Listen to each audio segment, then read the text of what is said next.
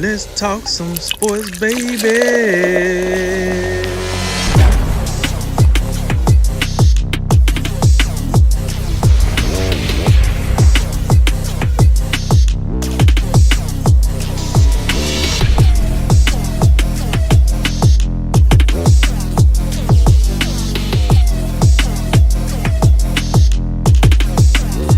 then remember, make tomorrow better than today and make today better than yesterday. And you know what we gonna do. We gonna holler at you until next time, baby. All right, so finish off a rapid reaction. A lot of topics, a little bit of time. You got to drink. Let's roll, baby. On Wednesday, the NFL Commissioner Roger Goodell said that the NFL and the NFLPA are in agreements on the compensation picks being awarded to teams who develop and promote and eventually lose minority hires to other teams for GM and head coaching positions. Cody, do you think this will help to get more minorities hired?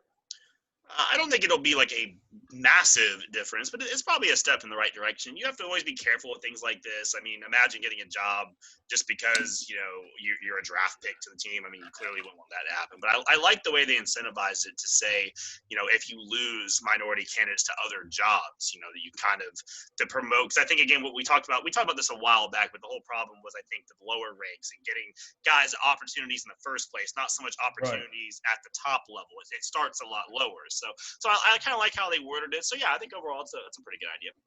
Reported by Adam Schefter, Brandon McManus was named NFL's the Week 14 NFLPA Community MVP for launching a relief program for those impacted by the pandemic, providing $15,000 to three area restaurants and $15,000 to cover overdue or rent or mortgage payments for single-parent households and mothers affected by domestic abuse. Drink, that's good stuff, right? It is. For two folds. Evidently, the pandemic. We know what the pandemic has done, but I like the fact that it tied into domestic abuse. One of the things the NFL has been dealing with recently, it's been a rise of domestic abuse cases.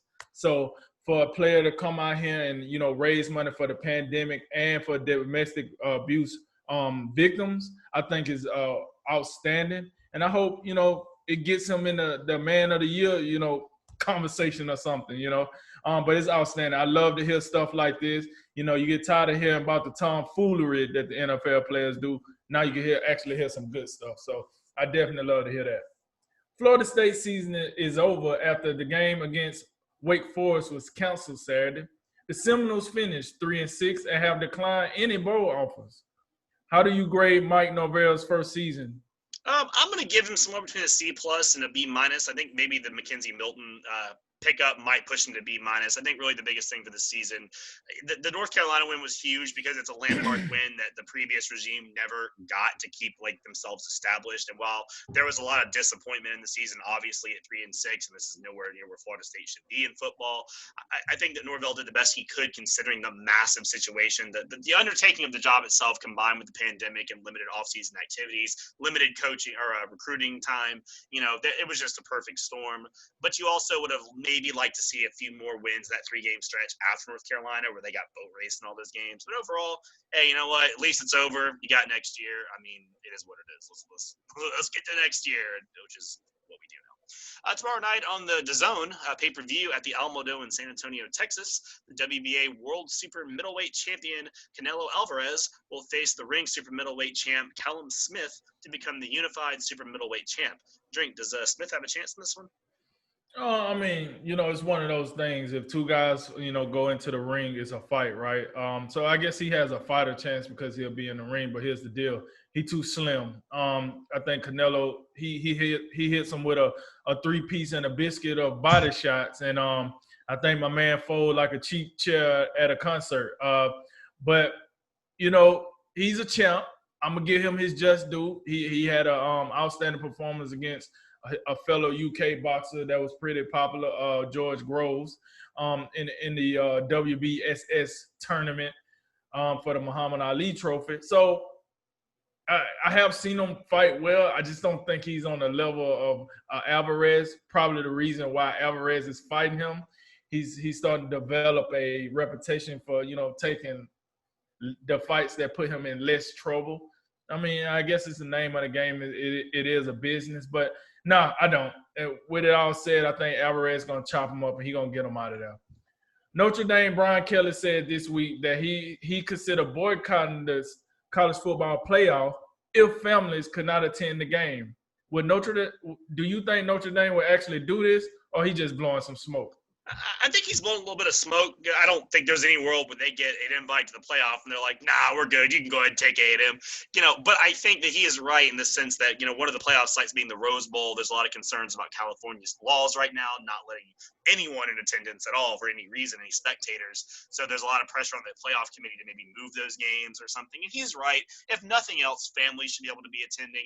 I get it if you don't want fans there, but come on, man. Like, these kids work so hard all year. They should be able to play in the college football playoff at least in front of their families. Those stadiums are gigantic. You could put everybody in a tent and have plenty of room to spare. Like, we're getting ridiculous with this. I really hope they have some common sense here and find the middle ground wherever it is, because while he's full of it, they're going to play the game. He's going to take his invite. He's not wrong. So let's hope they get it figured out. Last one, also tomorrow night, it's a UFC Fight Night on ESPN Plus at the UFC Apex Center. The main event is a UFC welterweight bout between number 5 contender Stephen Thompson and the number 11 ranked contender Jeff Neal. Who you got? I'm gonna take Jeff Neal actually. Look, Stephen Thompson, number 5 contender, but it's one of them things. He just kind of been hanging around for a while. He hasn't really lit up the fight scene in his last couple of fights, and he might be 2 fights away from fighting on another league. To be perfectly honest with you, so I'm gonna take Jeff Neal just because he seems to be the hotter prospect of the two, and he's coming up the ranks as Stephen Thompson is coming down the ranks. Both of their fighting styles make me think this will go to decision. So I feel like if you don't get a TKO by the 3rd round, most likely it's going to go to decision because both guys going to be wore out. But I'm going to get a victory to Jeff Neal. All right, that concludes today's Drink of Wisdom. I'm Cody Ward. And I'm Nathan Drinking. And remember, make tomorrow better than today and make today better than yesterday. And you know what we going to do. We going to holler at you until next time, baby.